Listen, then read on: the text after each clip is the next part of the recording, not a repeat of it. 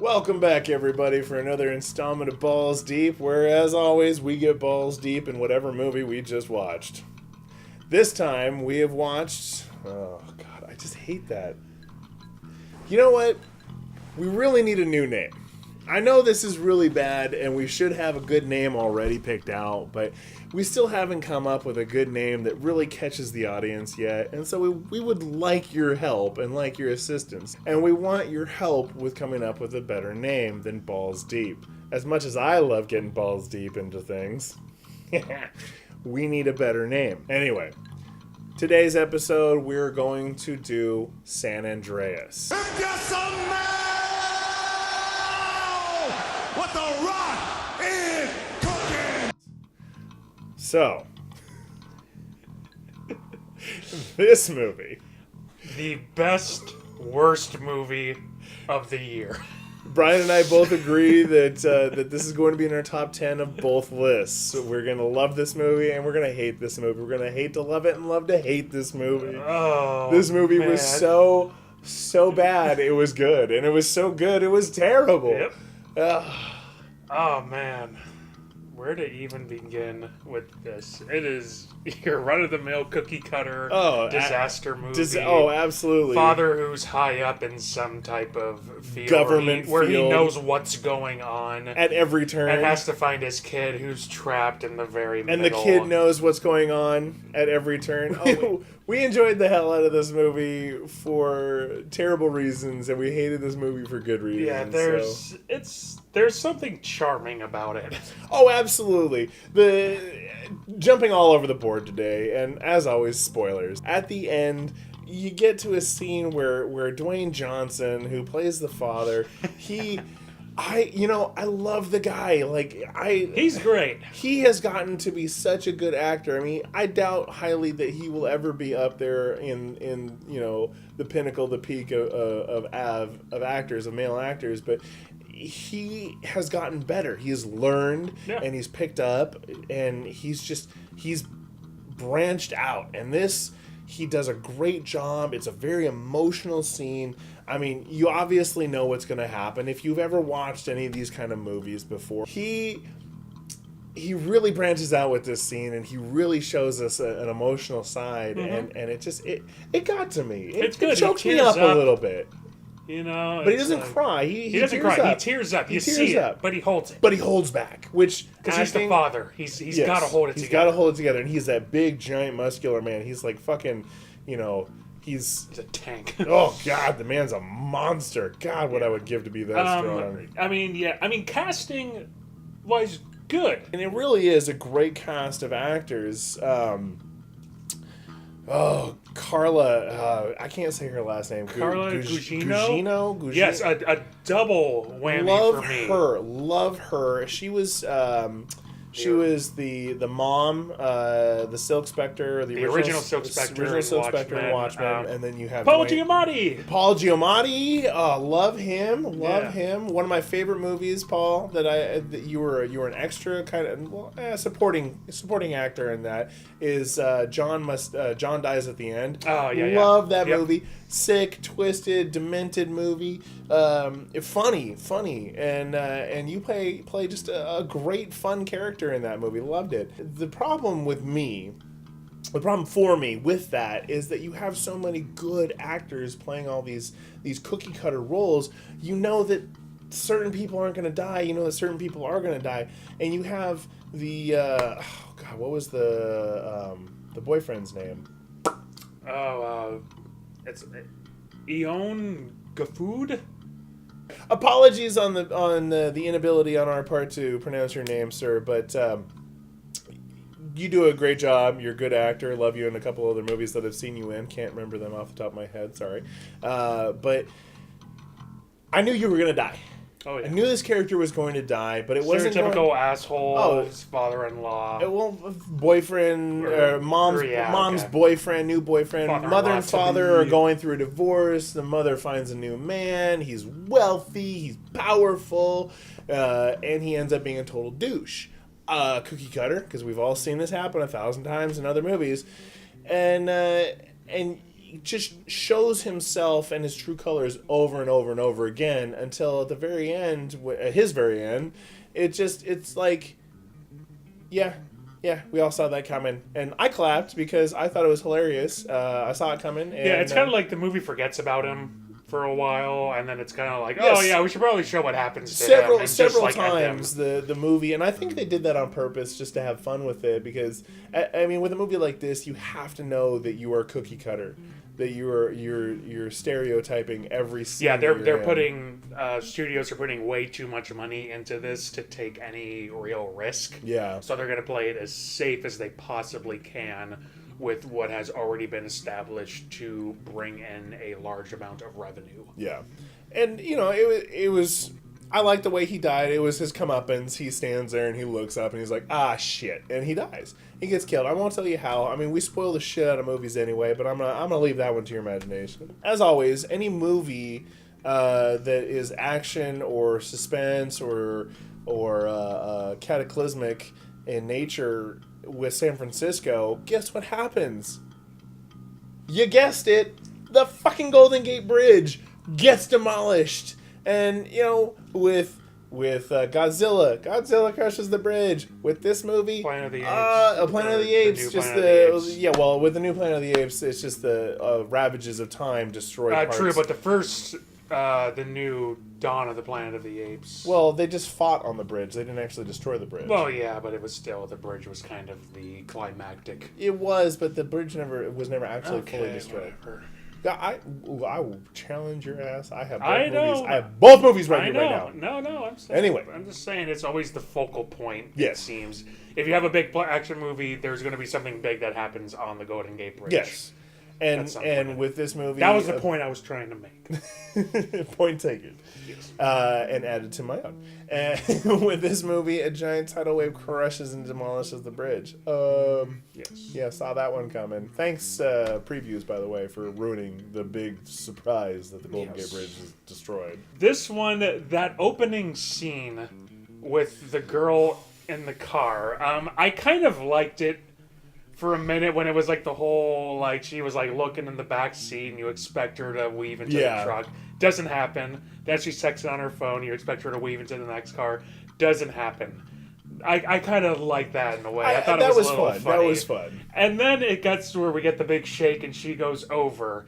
And then we get the most laughably poor CGI absurd of a car falling down I have ever seen in a movie of this budget. It looks literally like a few frames of like car upside down and then car right side up. Car upside down and then car right side up. There is like no sense at all of any type of real world physics. I don't know if they just didn't have the money for it at the end, if this was kind of maybe like a tacked on scene that they kind of shoehorned in after the rest of the movie had been filmed.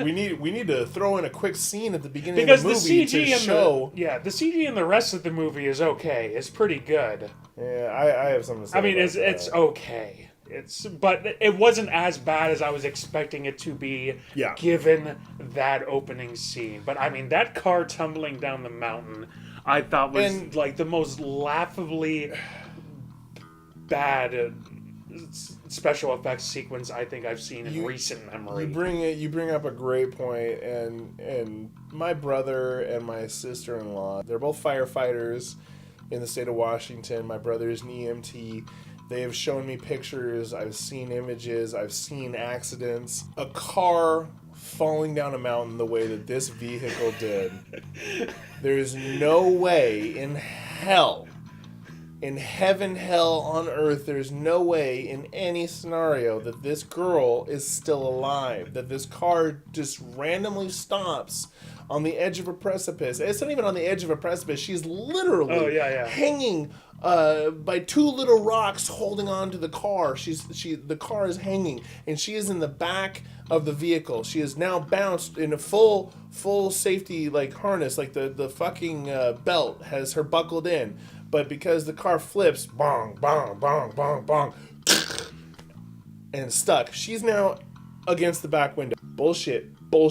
She should be fucking dead. The car should not have stopped. The inertia alone would have had that vehicle in the bottom of the ravine. That is bullshit. Yes, but I guess my point is just it looks so terrible with the car falling. I'm like, with the budget that this movie had, why couldn't you just drop a car off a cliff and film it from a few different angles? Even dropping a fucking toy car off a rock would have looked more realistic yes. than what this movie produced as the final product.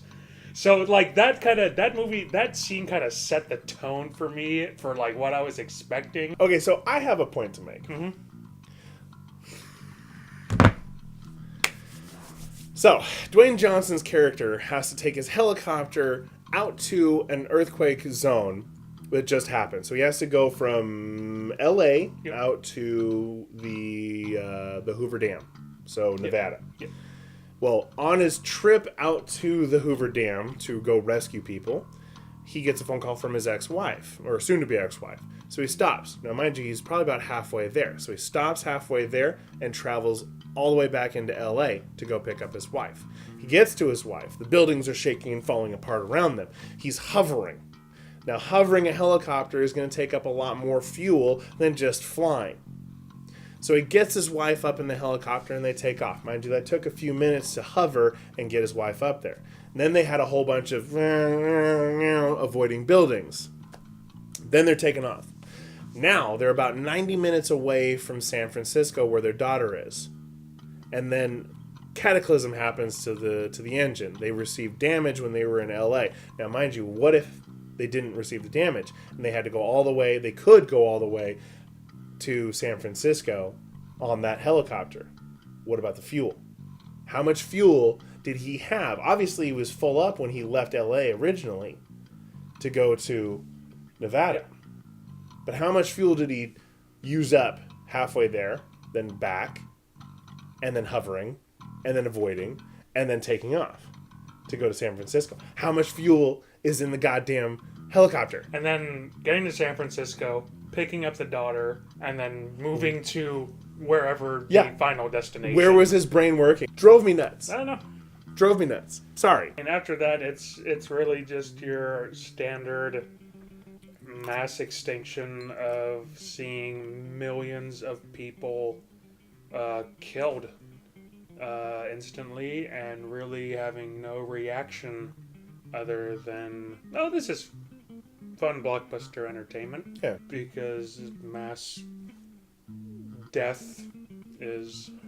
Which you know, ironically, this makes me think of the last movie that we went and saw, Tomorrowland, where they talk about, you know, pushing these images of apocalyptic, you know, these apocalyptic images into our brains and making us fear the apocalypse and fear our own demise. And then we have a movie like San Andreas where people either don't give a rat's ass about the movie, period, or go to watch it and celebrate the carnage that is the San Andreas fault. Yeah, they go, well, it's a nice, earthquake. entertaining blockbuster. And, you know, we see the scene on the Golden Gate Bridge with all of the hundreds and thousands of people on it just get swept away. Just annihilated. All murdered, but as long as The Rock gets his daughter back and him and his wife are okay Get back at the together. end of the movie, Oh, we're gonna chalk and they this, get back together. The Rock and his they get wife back get together. back together. We're gonna chalk this up to a happy ending Surprise. and move on from there. And everybody that matters is gonna be saved in the end. Everybody who sucks is gonna die a shitty death, with all the rest of the faceless people that didn't deserve to get any screen time. Just standard Hollywood Bullshit. apocalyptic, just fun entertainment for the whole family. I don't know why I've taken such a dark, cynical turn towards this. I don't know. It is probably this.